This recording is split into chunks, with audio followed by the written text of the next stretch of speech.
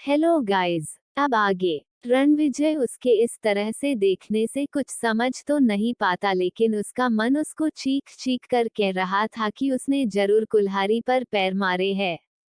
पर वो अब कर भी क्या सकता था। एक बार जो बोल दिया समझो बोल दिया। पाखी उसकी तरफ देखते हुए अंडस को, एक बार फिर से सोच लो, फिर कोई बहस नहीं चाहिए मुझे। रणविजय पूरे विश्वास के साथ अंडस को, नहीं नहीं, मैं कोई बहस नहीं करूँगा।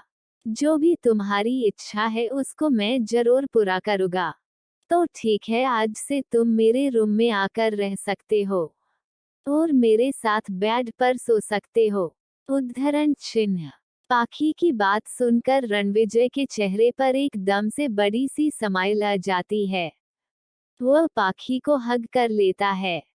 थैंक यू जानू, मुझे नहीं पता था कि तुम इतनी ज्यादा अच्छे हो। मतलब तुमने बोला कि तुम मुझे सजा दोगी, लेकिन ये तो किसी भी तरह से मुझे सजा नहीं लग रही। हाँ मुझे पता है तुम भी मुझसे दूर रहकर अच्छा फील नहीं करते, इसीलिए तो तुमने मेरी सजा को इस तरह से कन्वर्ट कर दिया है। पाखी उसके बाद सुनकर कोई जवाब नहीं देती, वह बस एक मिस्टीरियस सिमिले दे देती है और अपने हाथ को उसकी पीठ पर रखकर उसकी हल्का सा दबा देता है, जो शायद आने वाले किसी तूफान के लिए उसको आगरा करना चाहती थी। लेकिन रन दीजिए तो इतना ज्यादा हो चुका था कि उसको अब आगे कुछ भी दिखाई नहीं दे रहा था। वह तो बहुत ज्यादा खुश था। दूसरी तरफ वीर, जो कि अपने जिगरी दोस्त के घर पर खाने के लिए आया हुआ था और उसके साथ उसकी प्यारी सी जानू भी थी। जानू नहीं, जग को देखकर बहुत ज्यादा खुश हो रही थी और अपने हाथों से तालियां बजा रही थी और उसकी खुशी देखकर वीर भी बहुत खुश था। अरे अरे अरे, कहाँ पर मुंह उठाए आ रहे हो? तुम्हें इस घर में आने की परमिशन किसने दी? इससे पहले कि वीर कपूर परिवार की घर की दहलीज पार कर पता उसको पहले ही रोक दिया जाता है। जब वो उसे रोकने वाली आवाज की ओर देखता है तो उसकी आंखें छोटी हो जाती है, क्योंकि यह कोई और नहीं बल्कि नंदिनी थी, जो हाथ गेट पर उसको भी एक टकटकी लगाकर घूर रही थी। छी छी, पहले ही एक काली बिल्ली ने रास्ता काट दिया। पता नहीं लोग घर में अगर कुत्ते हो तो उनके लिए बीवेयर ऑफ डॉग्स लिख लेते हैं, लेकिन अगर घर में तुम्हारे जैसे शैतान बिल्लियां हो तो उनके लिए क्या लिखा है? Beware of cats of wild cats. Veer की बात सुनकर नंदिनी की आंखें बड़ी हो जाती है। वो उसे फिर से घूर कर देखते हुए अंडस को, तुम्हारा मतलब क्या है? मैं वाइल्ड कैट अगर हूँ बिना तो मुझे जरा बच के रहना, क्योंकि यह फाइट कट बहुत अच्छी तरह से पंजाबी मारना जानती है। कहीं ऐसा ना हो तुम्हारा ये जो नॉन खूबसूरत चेहरा है ना, इस पर मैं अपने नाखूनों के निशान देकर इसको और ज्यादा बेकार बना दो। नंदिनी की बात सुनकर जहां पर वीर को गुस्सा आ जाता है, वहीं पर हमारी छोटी सी जानवी हंसने लग जाती है। वो खिलखिलाते हुए तालियां बजाने लग जाती है। अब जाकर नंदिनी का ध्यान उसे छोटी सी बच्ची पर गया था, जो कि दिखने में बहुत ज्यादा प्यारी लग रही थी। तो कितना प्यार, कितना क्यूट बेबी है। आप कैसे हो? आपका क्या नाम है? क्या मेरे फ्रेंड बनोगे? अच्छा ये बताओ, आपको चॉकलेट पसंद है तो दीदी आपको ढेर सारी चॉकलेट देगी। नंदिनी वीर के हाथ से जानवी को ले लेती है और अपनी गोद में लेकर उसको खिलाने लग जाती है। वह तो एक साथ में ही उससे इतने सवाल पूछ लेती है, जिसे सुनकर वीर की आंखें छोटी हो जाती है। वह नंदिनी के हाथ से जानू को लेते हुए, तुम तो पागल हो ही, मेरी बच्ची को पागल मत बना देना। और एक ही सांस में इतने छोटे बच्चों से इतने सवाल कौन पूछता है, पागल लड़की।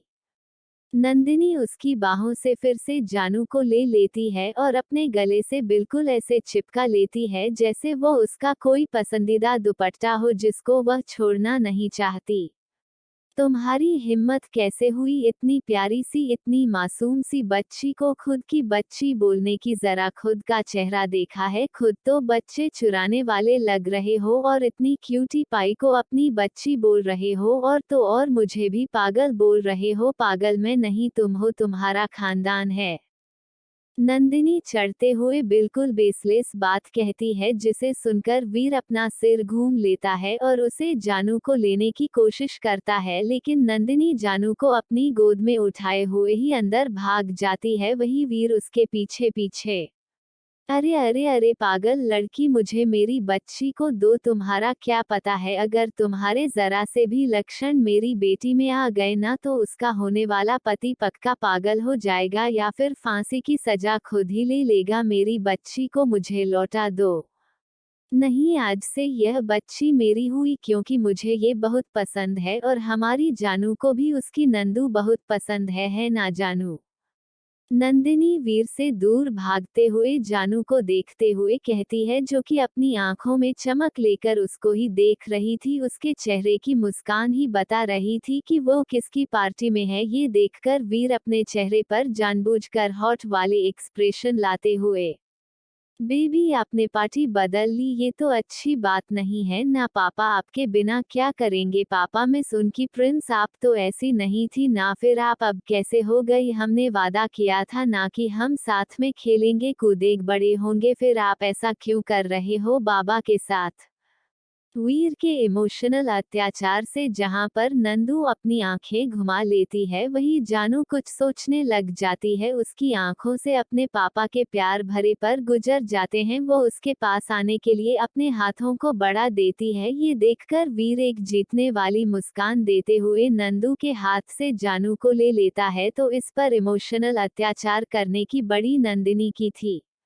लगता है मुझ में ही कमी है जो बच्चे जानू अपनी नंदू को पसंद नहीं करती। अभी कुछ देर पहले जब नंदूहू ने अपनी प्यारी सी परी जाने की हमारी जानू को गले से लगाया था तो उसको बहुत अच्छा लगा था, लेकिन शायद जानू नंदू को पसंद नहीं कर पाए। अब नंदू क्या करेगी? नंदू के पास तो कोई दोस्त भी नहीं है।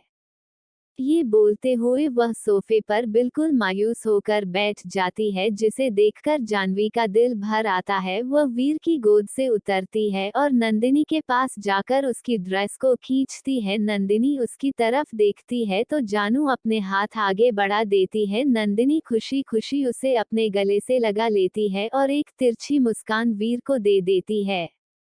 अंडस्को, क्या आपको सच में मेरी जानू पसंद है या फिर आपको सिर्फ वह क्यूट लगती है? जो भी है मुझे सच सच बताओ। समीर, जो कि अपने रूम में बैठा हुआ था, उसके साथ वरुण और शौर्य, द वरुण और हमारा समीर शौर्य को ऐसे घूम रहे थे कि जैसे वह कोई मुजरिम हो और वह दोनों उसकी तहकीकात करने वाले इंस्पेक्टर, जिन्हें देखकर कुछ पल के लिए तो शौर्य भी घबरा जाता है, लेकिन वह फिर खुद को संभालते हुए, मुझे भूख बहुत प्यारी लगती है जब वो अपने बचपन में हंसती है ना और खेल खिलाती है, मुझे हाथ लगती है, मुझे किसी करती है, मुझे सब कुछ अच्छा लगता है। मुझे ये फीलिंग्स किसी के लिए नहीं आती, लेकिन मुझे हमेशा ऐसा लगता है कि मैं जानू को पूरी दुनिया से प्रोटेक्ट कर कर रखूं, उसे इस पूरी दुनिया की नजरों से छुपा कर रखूं ताकि कोई भी मेरे सिवा उसको देख ना पे। वरुण अपनी सीरियसनेस दिखाते हुए, अंडस्को, हम कैसे मान ली हो सकता है कि यह आपकी कच्ची उम्र की अट्रैक्शन हो? आप महेश 3 साल के हो और वह अभी बच्ची है, तो हम कैसे मान ले कि आप जो बोल रहे हैं अपने उन लफ्जों पर काम रह सकेंगे, जबकि आप अभी खुद को प्रोटेक्ट नहीं कर सकते? किसी की काबिलियत की पहचान उसकी उम्र से नहीं होती, उसके पक्के इरादे और उसकी मजबूत बातों से होती है। मैं इन दोनों मामलों में आप दोनों से कहीं सदा आगे हूँ। आप भूलो मत, मुझे किसने परवरिश दी है, वह है दी रणविजय शेखावत, जो अपने में ही अपनी जुबान और काम के लिए जाने जाते हैं। शौर्य फिर से विश्वास के साथ कहता है, जिसे सुनकर वरुण और समीर अपनी आंखें घुमा लेते हैं। ये देखकर शौर्य की आंखें छोटी हो जाती है।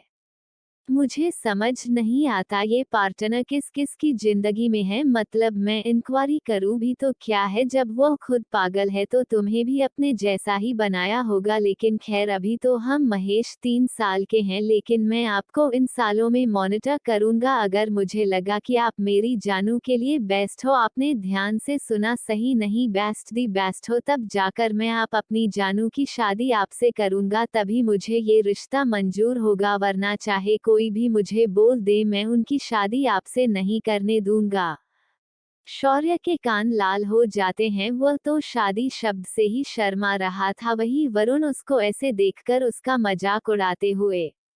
मिस्टर शौर्य निर्माण अपने ख्यालों की दुनिया से बाहर आई। अभी समीर ने आपको एक चांस दिया है, हमारी जानू का हाथ आपके हाथ में नहीं दे दिया जो आप लड़कियों की तरह शर्मा रहे हैं। अब आप सोच लीजिए, आज से, अभी से, इसी पल से आपको अपने साल का दिल जीतना होगा, वरना जानू को भूल जाइए।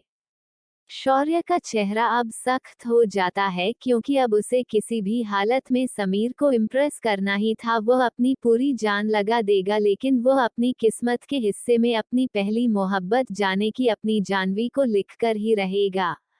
अंडस्को रणविजय बहुत ज्यादा खुश था, क्योंकि आज उसे अपनी जान के साथ सोने का मौका जो मिल रहा था, और वह इतना अच्छा मौका अपने हाथ से जाने कैसे देता। वह तो एकदम से तैयार होकर इत्र मित्र लगा कर आया था। वह बेड पर बैठ जाता है, तभी उसे वॉशरूम का गेट खोलने की आवाज आती है। जैसे ही रंग दीजिए सामने देखा है तो उसकी आंखें लगभग बाहर आने को तैयार थी, क्योंकि सामने उसकी बीवी पनखुड़ी, उसकी थोड़ी सी पनखुड़ी एकदम मेनका के अवतार में थी। वो बहुत ज्यादा खूबसूरत और बहुत ज्यादा हॉट लग रही थी, जिसे देखकर रणविजय को अपने भीतर गर्मी का एहसास हो रहा था। पाखी बिना दिन विजय पर ध्यान दिए हुए अपने डाइनिंग टेबल पर आकर बैठ जाती है। वो हेयर ड्रायर लेकर अपने बालों को सूखती है, जिसका कुछ चित्र रणविजय पर भी जाकर गिरते हैं। वह अपनी आंखें बंद कर लेता है। बाल सुखाने के बाद वह एक लोशन की शीशी उठाती है और उसको अपने हाथों में बहुत ही सेडेक्टिव तरीके से लेकर पहले अपने हाथों पर लगती है, और फिर धीरे धीरे अपने हाथों को अपने गले पर ले जाकर वहां पर मसाज करने लग जाती है। रणविजय के मुंह में पानी आ रहा था, वह आउट ऑफ कंट्रोल हो रहा था उसकी यह सब हरकतें देखकर। पाखी ने रणविजय का रिएक्शन आईने में देख लिया था। वह बस एक तिरछी मुस्कान दे देती है और फिर अपनी पर को उसे टेबल पर रख लेती है। उसने महेश एक क्रॉप टॉप और एक शॉर्ट्स पहनी थी, जिसमें उसके खूबसूरत लंबे गोरे पर अच्छे से विजिबल थे। वह अपने हाथ से उन पर भी लोशन लगाने लग जाती है। रणविजय से अब रह नहीं जाता, वह अपनी उसे बेड से उठता है और बाकी के पास आ जाता है और उसके पैर पर अपने हाथ को फेरने लग जाता है, लेकिन पाखी एकदम से उसके हाथ को झटक देती है और अपने बालों का बन बनकर दूसरी तरफ आ जाती है। बाकी यह क्या है, यहाँ पर आओ, मैं तुम्हारी मदद करता हूँ। ये बोलकर वो उसके करीब जाने लगता है कि पाखी अपने पास से छोटा सा डंडा निकलती है, जो कि 2 मीटर की आसपास था। वह उसे डंडे को दिखाते हुए, ये देख रहे हो मिस्टर शेखावत, ये हमारी रखा है, जब तक मैं नहीं कहूंगी आप इस रेखा को नहीं लग सकते, और ना ही मैं आपको इजाजत देता हूँ। मतलब क्या है तुम्हारा? मतलब यही है कि ओली सीन नोट टचिंग। साफ शब्दों में आप मुझे देख सकते हैं, महसूस कर सकते हैं, लेकिन मुझे छू नहीं सकते, यही है आपकी प्यारी सी। उसे इतना बोला ही था, किरण विजय सीधा नीचे गिर जाता है, जिसको देखकर बाकी कुछ पल के लिए हैरान हो जाती है, लेकिन फिर वह जल्दी से उसके पास नीचे बैठकर उसको जगाने लग जाती है। तो क्या रणविजय अपनी यह मीठी सी सजा पाएगा? और जब हमारे समीर शौर्य और वरुण बचपन में ही ऐसे हैं, तो ये बड़े हुए कैसे होंगे? आई होप आप सभी इंटरेस्टेड होंगे उनकी आगे की कहानी जानने के लिए। बस आप मेरे साथ बने रहे मेरी इस कहानी में, और मैं इन सब के बचपन के साथ उनकी जवानी के किस्से भी सुनाती रहूंगी। अब आगे। रणविजय के ऐसे एकदम से गिरने से पड़ी पहले तो हैरान हो जाती है, लेकिन फिर भी जल्दी से उसे उठाकर बेड पर लेट देती है और उसके चेहरे पर पानी के चित्र डालती है, जिससे रणविजय होश में आ जाता है और एक ही झटके में उठकर बैठ जाता है। ठीक हो तुम, इस तरह से अचानक बेहोश कैसे हो गए? पाखी उसे अजीब नजरों से देखते हुए कहती है, पर रणविजय उसे देखकर अपनी आंखें तीखी कर लेता है और तेज आवाज में, अंडस्को, तुम्हें नहीं पता कि मैं किस कारण बेहोश हुआ? अरे ऐसा तो मत करो, तुमने खुद मेरे ऊपर इतना बड़ा बम फोड़ा और अब ऐसे अनजान बन रही हो जैसे तुम्हें कुछ पता ही नहीं, क्या कमाल की बात है। पाखी समझ जाती है कि वह क्या कहने की कोशिश कर रहा है, लेकिन फिर वो बिल्कुल अनजान बनते हुए, अंडस्को, आप कहना क्या चाह रहे थे हो? तुमने खुद ही बोला था कि मैं तुम्हें माफ कर दूं। अब जब मैं तुम्हें माफ कर दिया है तो तुम्हें उसमें भी दिक्कत हो रही है। आखिर दिक्कत वाली बात क्या है? मुझे तो यही समझ नहीं आ रहा। तुम्हें समझ नहीं आ रहा सच में, या फिर तुम मेरी टांग खींचने की कोशिश कर रही हो? तुम्हें पता है कि एक मर्द के लिए खुद की भावनाओं को एक्सप्रेस करना कितना ज्यादा जरूरी हो जाता है, और मैं तो पिछले 3 साल से कुछ भी नहीं किया। तो तुम खुद ही सोचो मेरी हालत, ऊपर से तुम ऐसे ऐसे बनकर आओगी तो फिर मुझे और तुम क्या एक्सपेक्ट करती हो? रन दीजिए, फिर से अपनी तेज आवाज में उसको अपनी बात समझने के मकसद से कहता है, जिसे सुनकर पाखी की आंखें छोटी हो जाती है वह उसे घूर कर देखते हुए। तो तुम ये कहना चाहते हो कि अगर मैं तुम्हें माफ कर दिया तो मैं तुम्हें वह सब करने का हक दे दूं जैसे तुम माफी ही उसे चीज के लिए मांग रहे थे? मैं ऐसे ही बोल रही हूं ना? पाखी ने धनविजय को उसकी बातों में फंसा दिया था। अभी जरा रणविजय भला क्या ही करता, वह कुछ नहीं बोलता और चुपचाप से बैठ के साइड पर सो जाता है और खुद को पूरी तरह से कंबल में ढक लेता है। पाखी को उसकी यह हरकत देखकर हंसी आ रही थी, लेकिन वह खुद को कंट्रोल करती है और वह भी दूसरी साइड पर सो जाती है।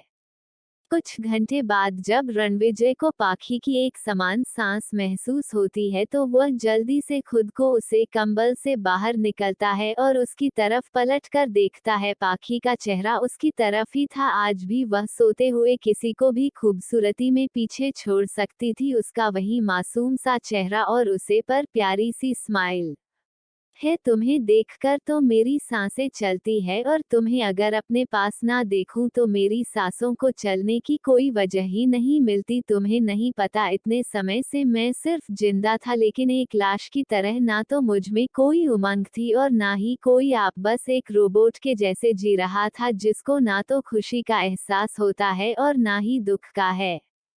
रणविजय आगे बढ़ता है और उसके माथे को चूम लेता है और उसकी नाक से अपनी नाक को रगड़ते हुए, वैसे सच में तुम हो तो शैतान ही। मतलब मेरी हालत तो ऐसी हो चुकी है कि जैसे एक शुगर वाले इंसान के सामने बहुत ज्यादा स्वादिष्ट और मीठी मीठी सी मिठाइयाँ रखती हो, मैं उसको देखकर अपनी लड़ तो टपक सकता हूँ लेकिन उन्हें का नहीं सकता, क्योंकि यह मेरी सेहत के लिए हानिकारक हो सकता है।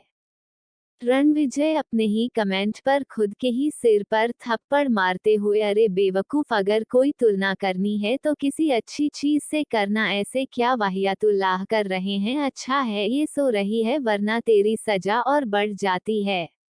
रणविजय एक बार फिर से उसके माथे को चूम लेता है और पाखी को अपनी बाहों के आगोश में लेकर वह भी नींद में चला जाता है। उसके चेहरे पर भी एक मुस्कान थी, वह मुस्कान जो वह पिछले 3 सालों से मिस कर रहा था, या फिर बोले सुकून। वह आराम से कुछ ही देर में अपने सपनों की दुनिया में खो जाता है। उसके सोते ही पाखी बस अपना सिर हिला देती है।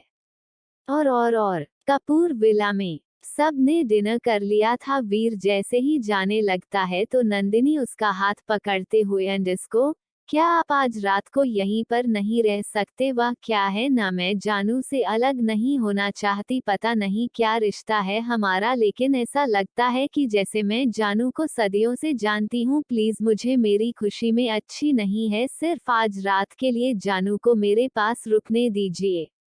ये बात नंदनी ने किसी और या फिर गुस्से में नहीं कही थी, बल्कि उसने बहुत शांत और एक विनती के लहजे में कही थी, जिसे सुनकर ना जाने क्यों वीर भी मन नहीं कर पाता और वह हमें सिर्फ दिला देता है। और वैसे भी उसे देख लिया था कि इन कुछ ही घंटे में जानू नंदू से कितनी ज्यादा जुड़ चुकी थी, ऐसी जैसे एक माँ अपने बच्चों से होती है। नंदिनी बहुत ज्यादा खुश हो जाती है और वीर के गले से लग जाते हैं। वीर एकदम से शॉक हो जाता है। थैंक यू सो मच, जो आपने मेरी बात मान ली। मैं आपका एहसान कभी नहीं भूलूंगी। ये बोलकर वो उससे अलग होती है और चानू को अपनी गोद में उठाकर अपने रूम में चली जाती है। वही वीर अभी भी वैसे भूत बने हुए ही खड़ा हुआ था। अंजलि उसकी इस हरकत को देखकर मुस्कुरा देती है। वही वंश उसे बहुत ही अजीब नजरों से घर रहा था। भाई तुझे क्या हो गया है, तू ऐसे क्यों खड़ा है जैसे तुझे किसी भूत ने पकड़ लिया हो, क्या तुझे कोई ऐसी चीज दिख गई हो जिसकी तूने कभी कल्पना ना की हो। अंजलि मुस्कुराती है और वंश के कंधे पर हल्का सा मारते हुए होता है ऐसे ही होता है जब कुछ अनएक्सपेक्टेड हो जाता है ना, ऐसा ही होता है, आप नहीं समझेंगे वंश जी। अंजलि की बात सुनकर जहां पर वंश उलझन में आ जाता है तो वहीं पर वीर शर्मा जाता है, वह जल्दी से वहां से गेस्ट रूम में चला जाता है, लेकिन अभी भी उसके दिमाग में नंदिनी के द्वारा किया गया हग ही याद था। उसे खुद नहीं पता था कि वह एक टीनेज लड़की की तरह क्यों बिहेव कर रहा है, लेकिन जो भी था उसे ये सब कुछ बहुत ज्यादा अच्छा लग रहा था। और अगली सुबह शेखावत विला में पाखी की आंख अपनी निर्धारित समय पर खुलता है। वह जैसे ही उठने के लिए अपने शरीर को हल्का सा हिलाने की कोशिश करती है कि उसे महसूस होता है कि किसी ने उसको ऑक्टोपस की तरह चक्कर रखा है। वह अपना सिर नीचे कर कर देखती है तो यह उसका प्यार दुलार तो नहीं, लेकिन हाँ बेवकूफ पति रणविजय शेखावत था, जो खुद 31 साल का हो चुका था, लेकिन उसके बावजूद भी वो उसके सीने पर किसी बच्चे की तरह सर रखे हुए उसकी कमर को अपनी दोनों हाथों से और उसके दोनों पैरों को अपने पैर से ऐसे पकड़कर सोया हुआ था जैसे पाखी नींद में कहीं भागने वाली हो और वो उसे खुद से दूर न जाना देखना चाहता हूँ। इन दोनों बाप बेटे की नींद में भी मुझे ऑक्टोपस की तरह लिपट कर सोने की आदत कभी नहीं बदल सकती। मुझे समझ नहीं आता उनके छोटे से दिमाग में आखिर चलता क्या रहता है। मैं कौन सा रात को हूँ कहीं पर भाग जाऊंगी जो इनको इतनी सारा इनसिक्योरिटी होती है। पाखी अपना सिर हिलाते हुए बोलती है और उसकी पकड़ से खुद को छुड़ाने की कोशिश करती है, लेकिन रणविजय अपनी नाक से उसके सीने पर रगड़ना लग जाता है और धीरे धीरे मामल करने लग जाता है, जिससे रणविजय के होता उसके सीने को छू जाते हैं, जो कि पाखी के शरीर में एक अलग सा कर्ट दौड़ा जाते हैं। कुछ पल के लिए पाखी अपनी जगह पर स्तंभ खड़ी रह जाती है, लेकिन फिर वह जल्दी से होश में आकर रणविजय का चेहरा पहले अपने सीने से अलग करती है और फिर जैसे तैसे खुद को उससे अलग कर कर वॉशरूम में चली जाती है। वह शावर के नीचे खड़ी होकर अपने बड़े दिल की धड़कनों को कम करने की कोशिश कर रही थी। उसका दिल इतनी तेजी से भाग रहा था कि जैसे वह अभी के अभी उसके मुंह के जरिए उसके हाथ में आ जाएगा।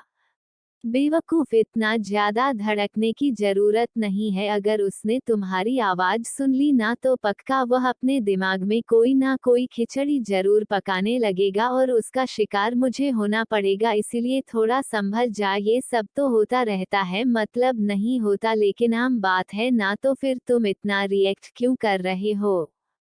पाखी खुद को संभालती है और प्यार होने लग जाती है। थोड़ी देर बाद जब वह फ्रेश होकर बाहर निकलती है तो उसका आलसी पति आराम सो रहा था, लेकिन कुछ अलग था। अब उसके आलसी पति के साथ उसका आशिर बेटा भी शामिल हो चुका था। हुआ कुछ ऐसे कि जब पड़ी वॉशरूम में फ्रेश होने गई कि तभी उसके कमरे का गेट खोलकर हमारा समीर अंदर आ जाता है और अपनी आंखें मारते हुए बेड पर बैठ जाता है। वह वहां पर अपनी मां को तो नहीं देखा, लेकिन अपने पार्टनर को देखकर उसकी बाहों में चला जाता है। रणविजय को भी जब समीर की प्रेजेंस महसूस होती है तो वह अब उससे लिपट जाता है और आराम से सो जाता है। पाखी दोनों को देखकर अपना सिर हिलाते हैं, लेकिन फिर ना जाने क्या सोचकर वह अपना फोन निकलती है और उसमें उन दोनों के स्कूल से मोमेंट को कैप्चर करते हुए फोटो क्लिक कर लेते हैं। और सब तरफ तो एक नई शुरुआत की हवाएं चल रही थी, लेकिन कोई था जिसके दिल में आग लग रही थी। उसका दिल इतना सदा दुख रहा था कि वह कभी भी काम करना बंद कर सकता था। ये कोई और नहीं बल्कि अंश था। अंश अपने प्राइवेट विला पर बैठकर कल से ही शराब पिए जा रहा था। जब से उसने पाखी के मुंह से वीर और रोशनी की शादी की बात सुनी थी, उसका दिल ये करने को तैयार ही नहीं था। वह अपने फोन लॉक स्क्रीन को देखा है जहां पर रोशनी की हंसती हुई फोटो थी। वह उसे फोटो को अपने सीने से लगा लेता है।